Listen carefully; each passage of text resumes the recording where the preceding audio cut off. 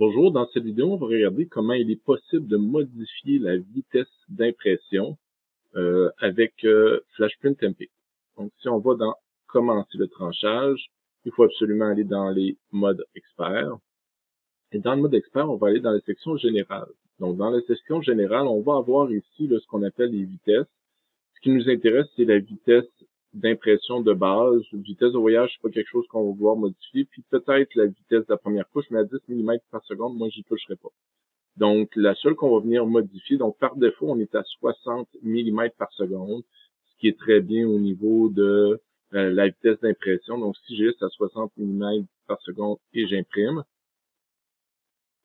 pardon, je tranche.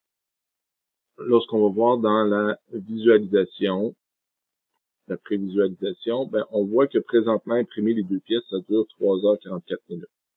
À 60 mm par seconde, les deux pièces, je pense que ça pourrait donner des résultats qui sont intéressants, mais pour ce qui est du logo du récit, compte tenu qu'il n'y a pas beaucoup de changements de direction là, très rapides ou de petits détails, je pourrais probablement augmenter la vitesse d'impression à 80 ou même peut-être à 100. Donc, si je ferme ma visualisation, donc je veux juste revoir, on avait 3h44. Si je ferme et je reviens, puis au lieu d'avoir 60, je monte ça à, supposons, 100 mm par seconde, et que je retourne dans prévisualisation.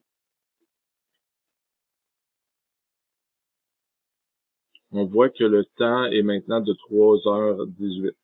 Donc, c'est sûr que j'ai diminué. C'est sûr que cette pièce-là, il y a beaucoup de détails, donc la vitesse d'impression va être limitée, mais il reste que je viens de diminuer le temps d'impression. Si je supprime le logo du récit et je regarde uniquement pour le personnage, ben, au niveau du personnage, si je commence le tranchage, vu qu'il y a beaucoup de changements, 100 mm par seconde, la qualité sera pas bonne, probablement la pièce va décoller, c'est sûr que je diminuerai, puis probablement j'irai jusqu'à 40 mm par seconde. Donc, au lieu de laisser à 60, je diminuerai la vitesse pour permettre d'avoir une meilleure pression. Là, c'est sûr, j'ai pas mis de support ou quoi que ce soit. C'est sûr que ça va prendre des supports pour cette pièce-là.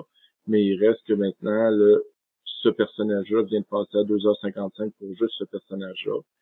Et si je recommence, puis je mets à la vitesse normale de 60 mm, ben, on va être au-dessus de 3 heures, c'est sûr et certain, là, au niveau de l'impression de cette pièce-là. Oups, pardon. On va être à 2h32. Donc, c'est pas si pire au niveau de la vitesse. Donc, en diminuant la vitesse, on va améliorer justement là, la qualité de l'impression, même si on est en mode fin ou encore standard. Donc, c'est à vous de jouer avec les vitesses puis voir jusqu'à quel point on est capable. Même pour des formes qui n'ont pas beaucoup de changements de vitesse, on pourrait peut-être même aller jusqu'à 120 mm par seconde, faire des tests pour voir justement là, les résultats au niveau de l'impression.